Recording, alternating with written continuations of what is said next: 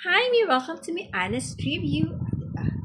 Ito nga palang Tiesa tumbler. Ito yung ginagamit ng anak ko sa school. 2 years na siya, mga miha. And masasabi ko, ay napakaganda pa rin niya.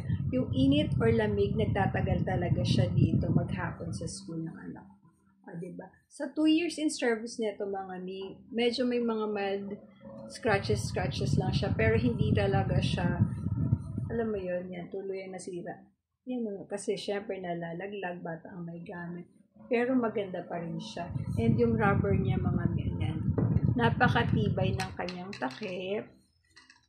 And napaka-solid pa rin ng staying power ng mga drinks dito. Kung yellow man yan, or hot water, or hot chocolate. Kung ano man ang baon ng anak niya. So, ayan mga mi, napakaganda ng tumbler na to, napakamura, maaasahan. Less than 500 pesos lang po ito mga mi. Asya mga mi, ilalagay ko yung link sa comment kung gusto nyo. Get yours now!